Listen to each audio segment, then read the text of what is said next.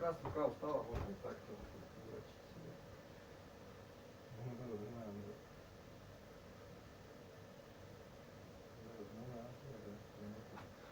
Урдизм.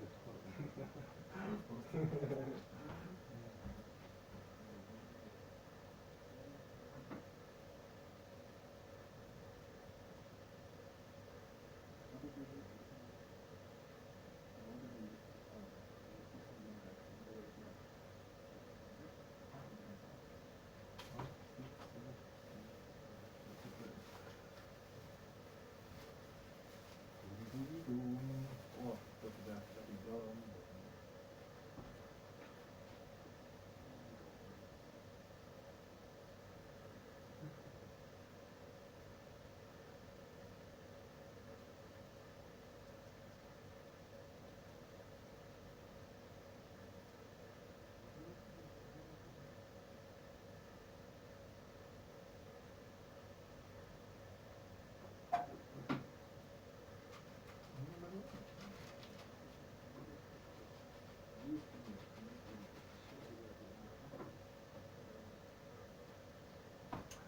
Ничего. Да.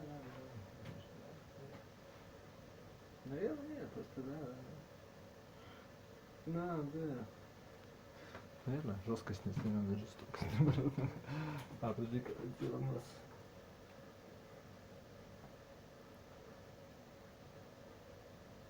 Да наоборот, да.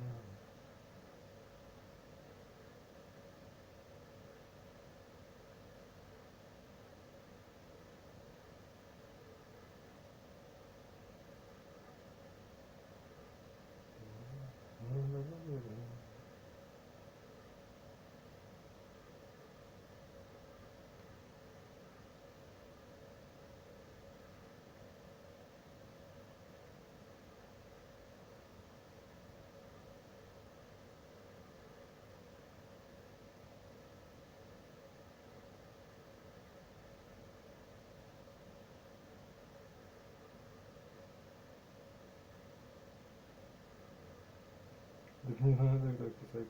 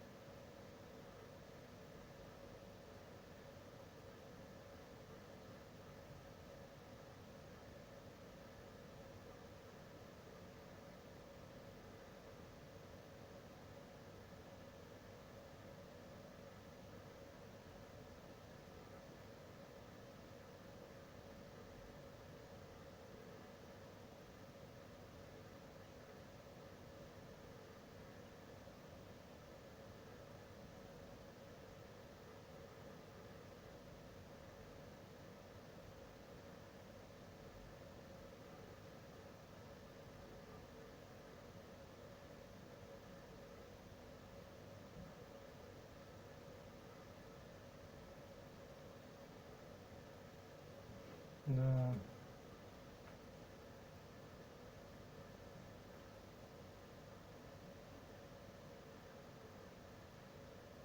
Наоборот. Легкость. Бытие. Наоборот, это да. Ты хочешь, чтобы я самое. Опа.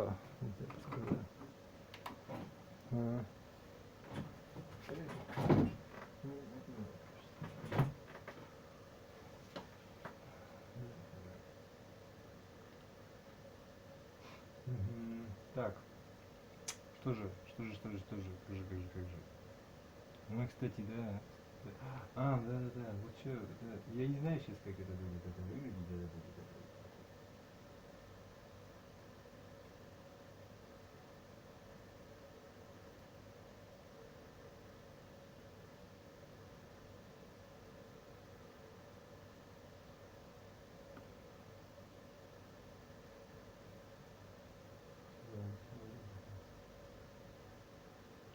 Ну я себя сдерживал от этого вообще, как бы. Ну, теперь уже, да. Это все равно, смотри, более попутно, чем просто сидеть и периться телевизор, да, это, ну да.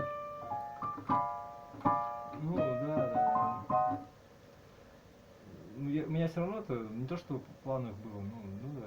Ну, то есть как бы, ну, да, да, типа того, ну, это ну да. Ну, дался, ну, что теперь. Какая разница? Время надо проводить за фортепиано, то есть это грубо звучит, то есть играя на инструменте, играя на фортепиано, играя на музыкальном инструменте пианине. Просто уже, да.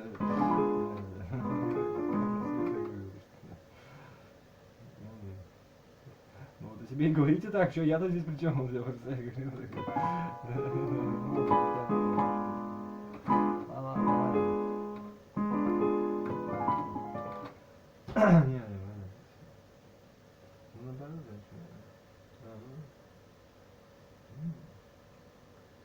Там платная она просто, да, понимаю, вот это единственное, да. Да. А, ну да. Типа, ну вот это он имел в виду. Да. Ну да, да, Google Books, Google Pay.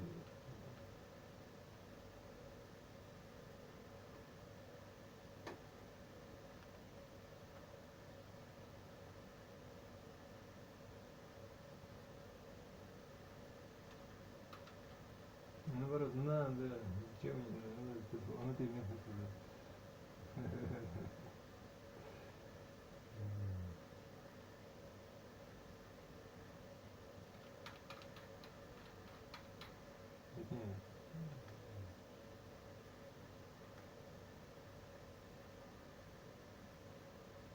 Ну это значит плотно, да, да.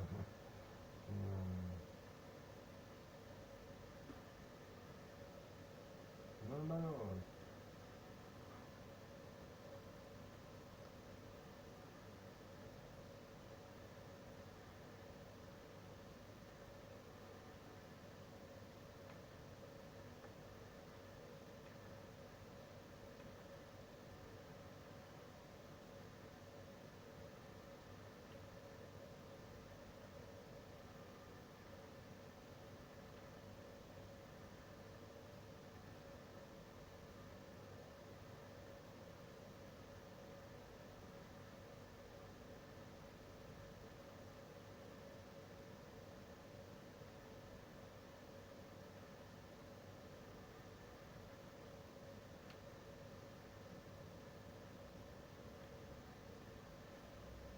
А, ну вот это он и есть.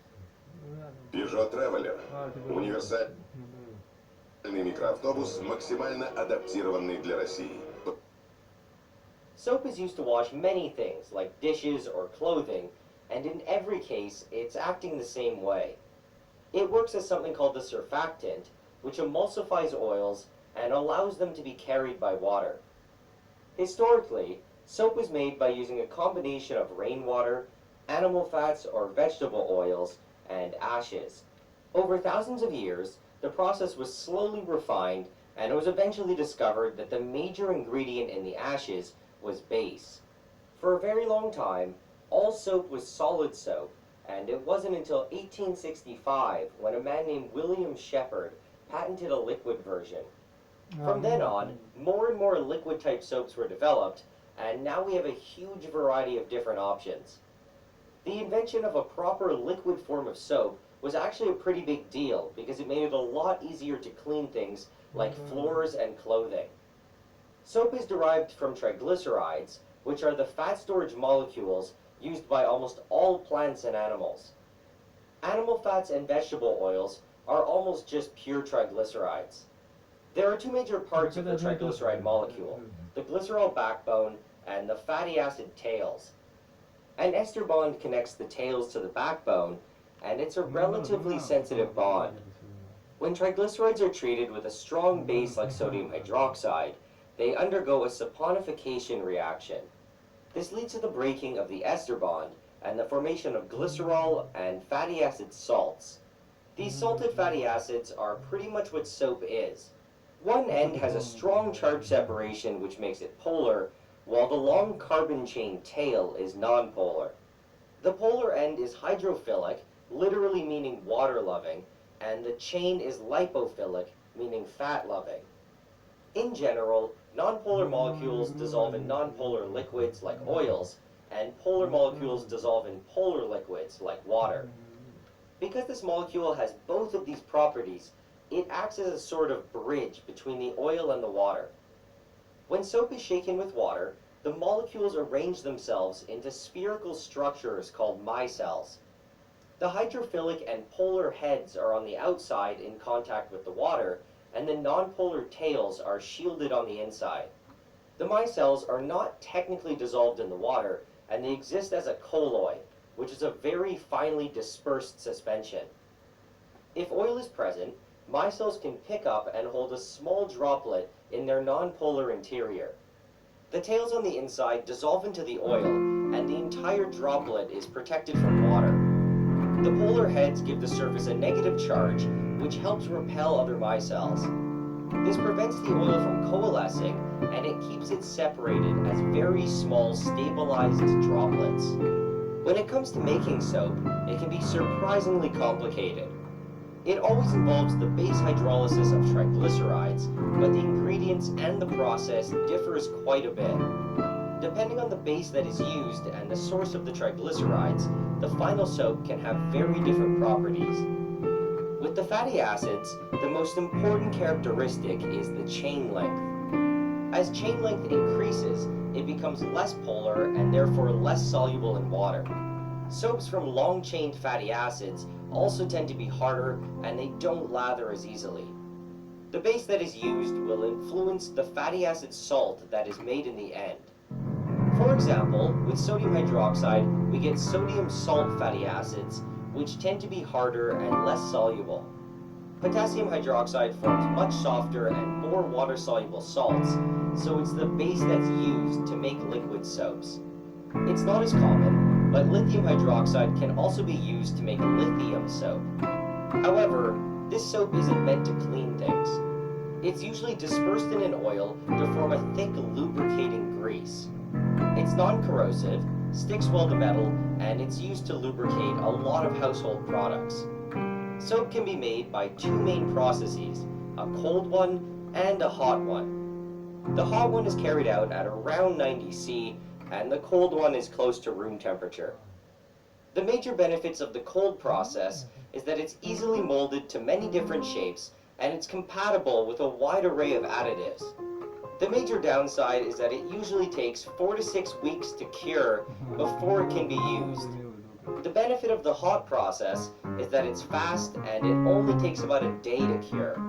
However, it's very thick and it can only be molded to very basic shapes.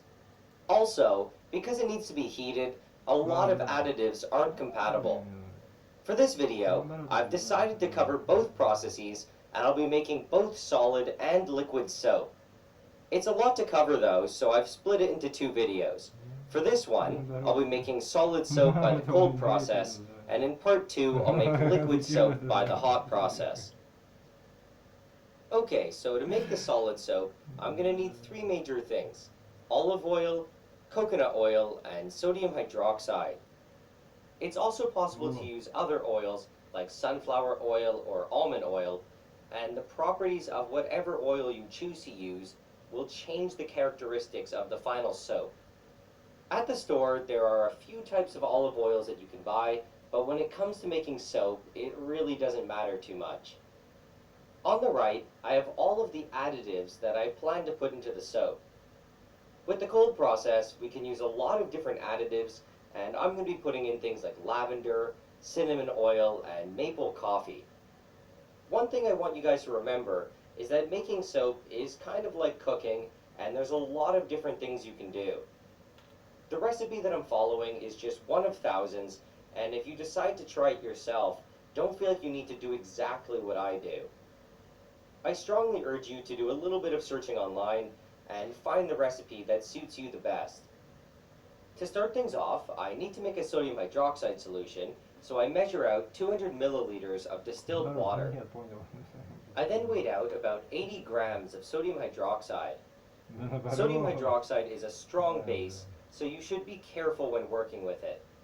However, unlike what they showed in Fight Club, touching it isn't going to melt your skin. If you get it on your skin or hand, just quickly remove it and, for good measure, wash it with a bunch of water. Anyway, now it's time to dissolve the sodium hydroxide, and this is where the real danger comes in. Unlike the solid form, a solution of sodium hydroxide is much more corrosive. Also, dissolving sodium hydroxide generates a lot of heat, and the solution will get pretty hot. You might notice here that I'm still not wearing any gloves, and this is because getting it on your skin still isn't that bad.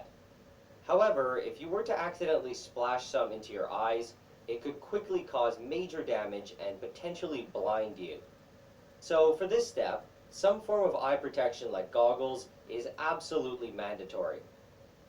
You can also wear something like a lab coat to protect your clothes if you're worried about damaging them. Just to show you it's not the end of the world to get it on your skin, I purposely dipped my finger in. After doing this, I just washed my hand with some water, and there was absolutely no irritation or anything. Anyway, all of the sodium hydroxide eventually dissolves, but the solution is still quite hot. So I temporarily place it on the side to cool, and in the meantime, I prepare the oils.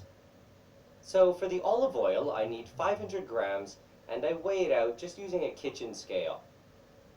When I'm done, it's placed on the side, and I move on to the coconut oil. The oil is solid, so I have to scoop it out using a spoon. When I'm done weighing out 100 grams, I put it in the microwave. The melting point of coconut oil is only a little bit above room temperature, so it doesn't take much heat to completely melt it.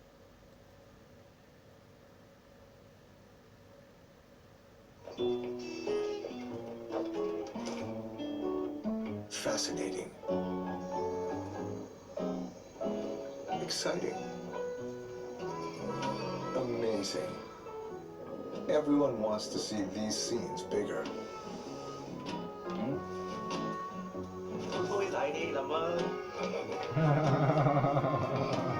Sasha? Marco, per favore. That's why we've got bigger TVs. Tu es trop près.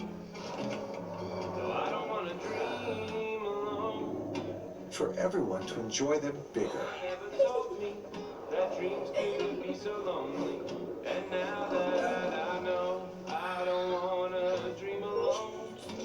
Watch pure colors come to life on a large screen. LG NanoCell.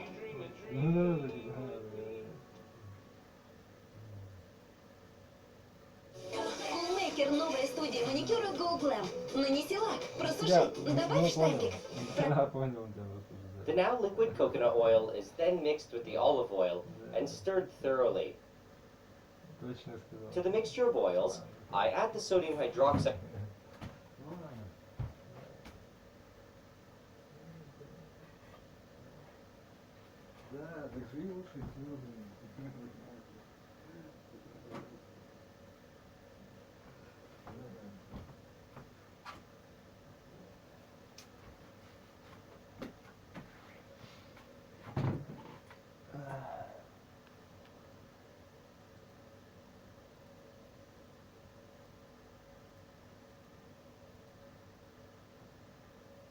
А, что-то меня там заинтересовало.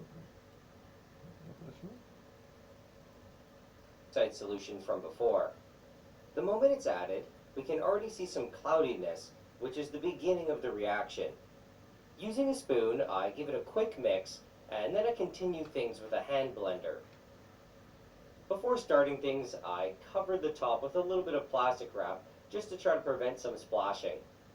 Anyway, if you're going to be making soap by the cold process, I strongly suggest investing in a hand blender. I think this one was only like $10 or something. It's definitely possible to do it manually, but it takes a lot longer. Okay, so what we have going on here is known as a saponification reaction. The ester bonds in the triglycerides of the olive and coconut oil are being hydrolyzed, forming salted fatty acids and glycerol. In In terms of the mechanism, we start with an attack by the hydroxide ion, which opens up the carbonyl. The electrons on the oxygen move to reform the double bond, and the carbon-oxygen bond between the fatty acid and the glycerol is broken. The negative charge on the oxygen of glycerol then picks up the acidic hydrogen of the fatty acid. This reaction is repeated 2 more times to completely detach the glycerol backbone. When making hard soaps, it's very important to use slightly less sodium hydroxide than is needed to completely saponify all of the oil. Sodium hydroxide is consumed in the reaction, and we want there to be little or none left in the end. Otherwise, it can sometimes be irritating to the skin. Also, leaving a little bit of extra oil in the soap will make it softer on the hands and less dehydrating. This idea of using more oil than is needed is generally known as superfatting. Because this is all done cold, the reaction is quite slow and takes around 2 weeks to be complete. It's then left for another 4 weeks to let extra water evaporate off, which helps harden the soap. With very little blending, it really doesn't take long to get to a stage called trace. At the trace point, we have a stable emulsion and the oil will no longer separate.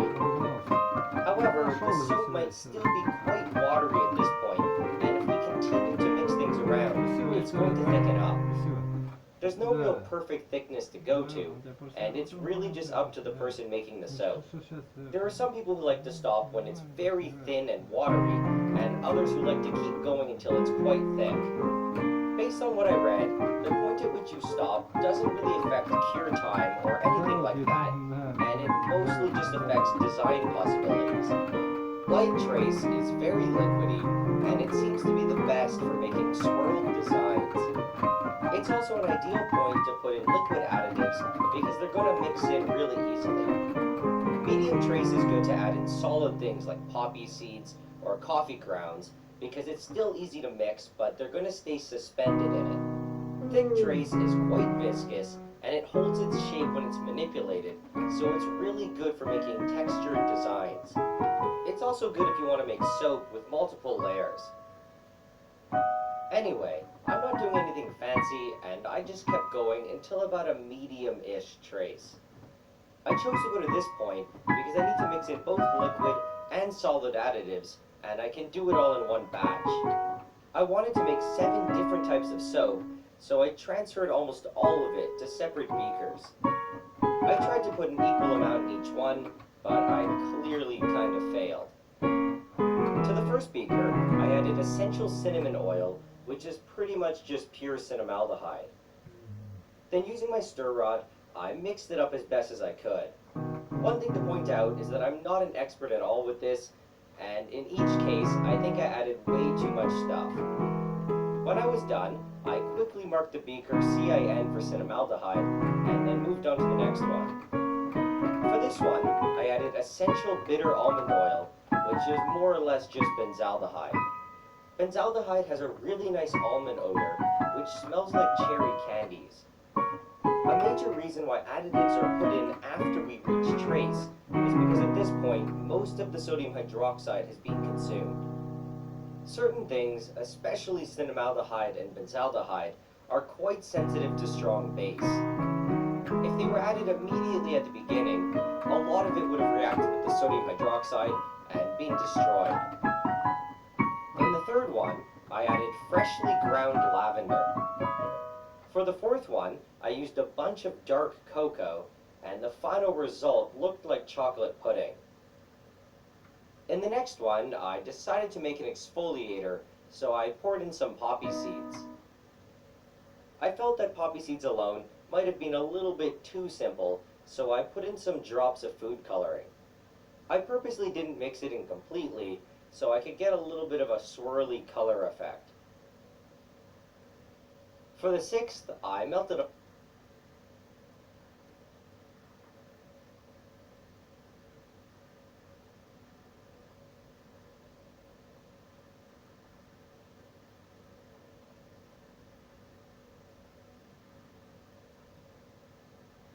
Наоборот. Ну, она себе так думает просто, да наоборот, когда... Сегодня около 2 миллиардов человек совершают покупки с помощью компьютера или телефона 24 часа в сутки во всех странах мира. Если вы ведете бизнес онлайн, вы не одиноки. Мы поможем вам успевать за кликами.